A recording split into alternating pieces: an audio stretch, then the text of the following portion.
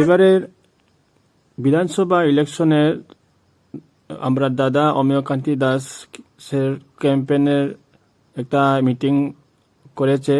এই জন্য আমরা আজকে এই ভিডিওটি হইল আমরা এবার ধলাই বিধানসভার সিটে আমরা অমিয় দাঁড়ানি হয়েছে। এর লাগি সেন্ট ক্যাথারিন মণিপুরি বস্তি জগন্নাথ আখড়াতে একটা বিরাট একটা মিটিং হলো, আপনি দেখে যান। আর ভিডিওটি লাইক আর শেয়ার করে যাবেন, আর আমার চ্যানেলটি সাবস্ক্রাইব করে যাবেন বন্ধুরা। সো থ্যাংক ইউ, ধন্যবাদ।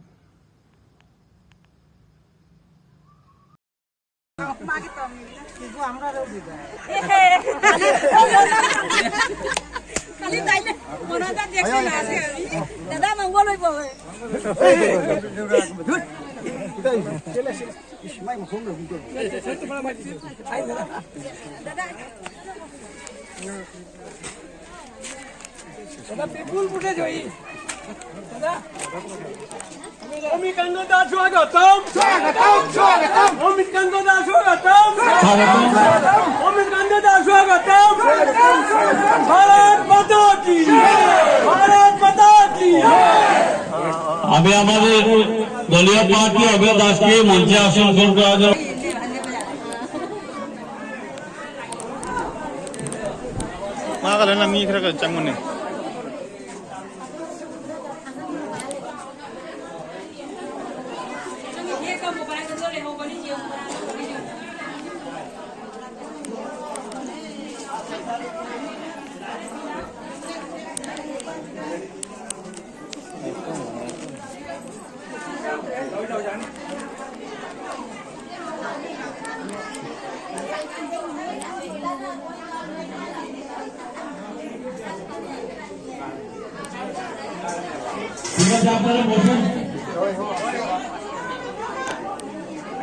আজকের এই সভায় উপস্থিত হয়েছে আমাদের কৃষ্ণপুর নির্বাচিত সভানেত্রী মীনারানী দাস মাস্টার,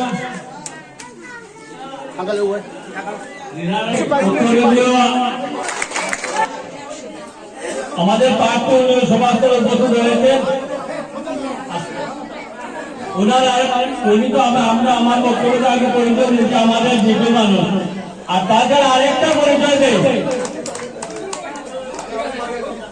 পরিচয় দেয় গত যে পঞ্চায়েত নির্বাচনে যে একটিনে আপনারা বিপুল পরিমাণে এই ভোট দিলা তার ছোট ভাই উপেন্দ্র দাসের ছোট ভাই, আপনারা এখানে করে না, আপনারা ছেলে, আপনারা ভাই, আপনারা মাঝে এই।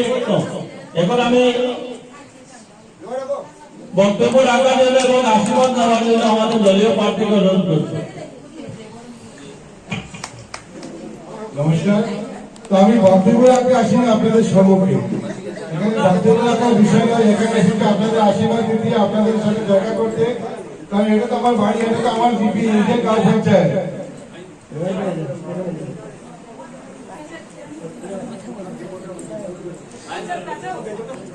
তো আপনারা এতক্ষণ বক্তব্য শুনছেন,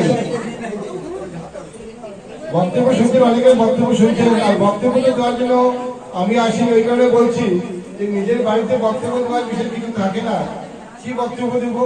বক্তব্য নয়, আশীর্বাদ দিতে, আপনাদের অনুমতি দিয়ে আমি এসেছি।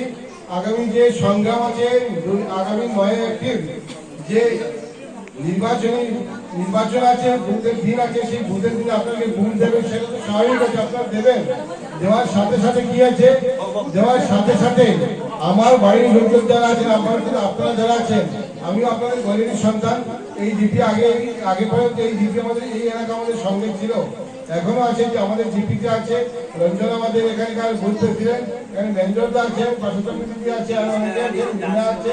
আমার সঙ্গে এসেছেন আমার বন্ধুগণ অঞ্জন রায়, উনি দলিকা দিদির প্রাক্তন এমপি সদস্য, এখানে এসেছেন। আমাদের জেলা পরিষদ এসেছেন, উনি আরেকটা দিন চলে গেছেন। এখানে চিত্তবাবু আছেন, এখানে আমার নিহারদা আছেন, নিহারদা প্রাক্তন সভাপতি, আমাদের এই গঙ্গানগর জিপি মান্নাদা আছে, আরো দাদা আছে, অল্প আছে, অনেকে আছে। সবাই নাম নিতে, অনেক নাম নিতে, আপনাদের সবাই নাম নিতে পারবো কয়েকজন ছাড়া। তো নাম নাও বলা নয়, আমি এসেছি আপনাদের কাছে প্রার্থনা করতে যে আপনারা জানেন যে ভারতবর্ষের যে উন্নতি হয়ে থাকে তাহলে 2014 পর থেকে আরম্ভ হয়েছে। ট্রেন ছিল না তখন আগে ট্রেন ছিল না। 2014-তে মাননীয় নরেন্দ্র মোদী যখন প্রধানমন্ত্রী হয়েছেন তারপরে শিলচরে ব্রডগেজের সূচনা হয়েছে, সেটা জানেন আপনারা।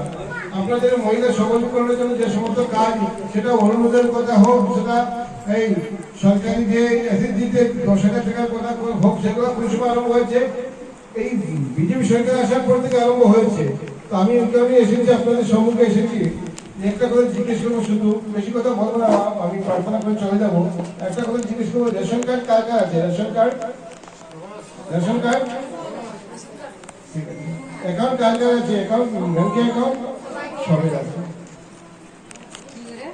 অরুণোদয় অনেকে আছে। এসএসজি 10 লাখপতি দিদি একজন আছে, দুজন আছে, 10 জন আছে। যাই হোক, আমি ওই কারণে বলছি আমি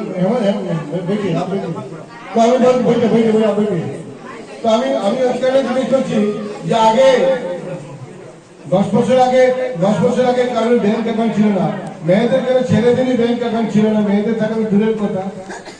তো ব্যাংক অ্যাকাউন্ট খোলা হচ্ছে, সেই ব্যাংকের অ্যাকাউন্টে 1250 টাকা ঢুকছে, এসএসজির পয়সা ঢুকছে, ঘরের পয়সা ঢুকছে, নিজের পয়সা রাখছে, সমস্ত কিছু হচ্ছে।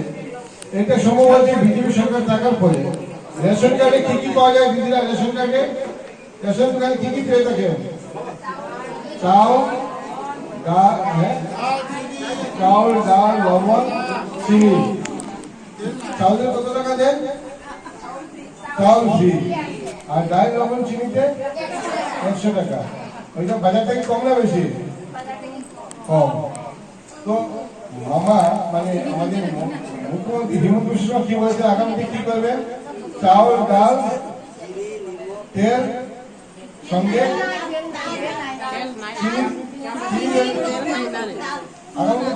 চাউল, ডাল, লবণ, ডাল, এই 4টা পাই। হিমন্ত বিশ্ব কি বলেছে আগামীতে কি দেবেন? চিনি দেবেন আর সঙ্গে তেল আর চা পাতা। বলেছেন না? বলেছেন তো? আমি এখানে গেলে বলবো, মুখ্যমন্ত্রী মহিলাকে বলবো, আমি এখানে গেলে বলবো দাদা দুটো দিয়ে দেন, তাহলে চাটা ভালো জমবে।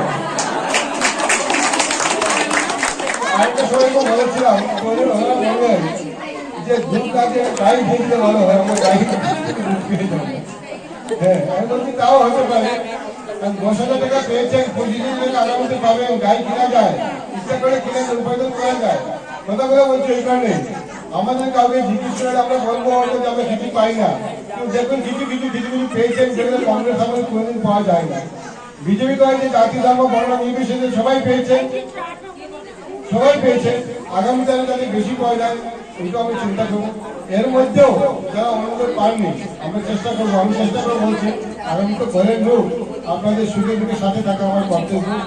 সেই হিসাবে আমি কথা দিচ্ছি, অঙ্গীকার মধ্যে আমি প্রতিশ্রুতি করবো আগামী দিনে আমার যখন বসবো সবাই মিলেমিশে এই সুন্দর পরিবেশ তৈরি করে আরো কি করা যায় সেদিকে লক্ষ্য রাখবো।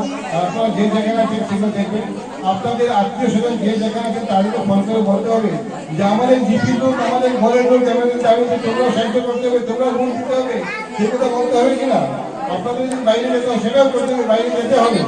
আমি আর বেশি কিছু বলবো না। আজকের দিনে মা বাসন্তীতে আমি মন্দিরে প্রণাম করে এসেছি। প্রত্যেকের ধর্মের একটা সিস্টেম আছে, আমরা হিন্দুরা মন্দিরে প্রণাম করি, মুসলমান যারা আছেন, মাইনরিটি সমাজ যারা আছেন মসজিদে যান, খ্রিস্টান যারা আছে ওনারা চার্চে যান। আজকে একটা খুব সুন্দর দিন, মহা অষ্টমীর দিন। আজকে মায়ের আরাধনা চলছে মন্দিরে, দেবী দুর্গার আরাধনা চলছে মন্দিরে। মা দুর্গার কয়টি হাত আছে? 10 হাত। আপনারা যারা এসেছেন সবাই মিলে কতটি হাত হবে? এখানে যারা এসেছেন কতটা হাত হবে বলতে পারবেন কেউ? অগণিত, অগণন, গণিত হবে। তো আপনাদের এত হাত আছে, সেই হাতটা মা দুর্গার যে 10 হাত মাথায় ছিল বলে আজকে আপনাদের সামনে দাঁড়াতে পেরেছি। এবং এখন যদি মাতৃস্বরূপিণী, শক্তিস্বরূপিণী মায়েরা বসে আছে, আপনাদের হাত যদি আমার মাথায় পড়ে তাহলে বিজয়ী অবশ্যই ভালো। আমি আর কিছু বলবো না, আপনাদের আশীর্বাদ নিতে এসেছি। আপনারা যে যেখানে আছেন তাদেরকে আপনারা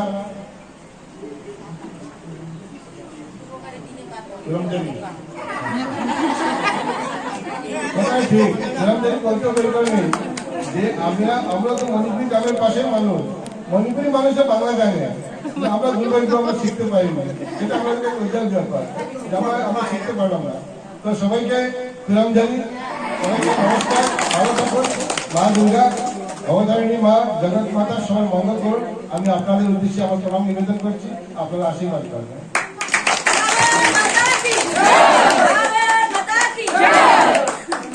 অমিয়কান্তি মহাশয়কে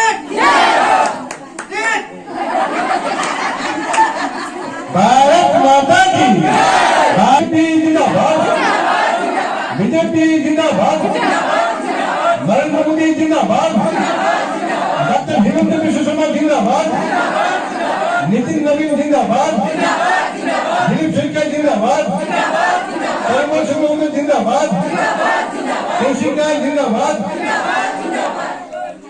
গঙ্গানগর কৃষ্ণপুরবাসী জিন্দাবাদ সবাই জিন্দাবাদ তো নমস্কার ভালো থাকুন আমি আর সময় নিচ্ছি না আপনারা অনেকক্ষণ থেকে বসে আছেন রাস্তায় আসার সময় দেখেছি আমি দিদিরা বসে আছে সেখানে যেতে হবে আপনারা ভালো থাকুন আবার আসবো নির্বাচনের পরে আয়ের মধ্যে আপনারা আমার হয়ে ঘরে ঘরে প্রচার করবেন সে অনুরোধ রাখছি সবাইকে অনেক নমস্কার ভালো থাকুন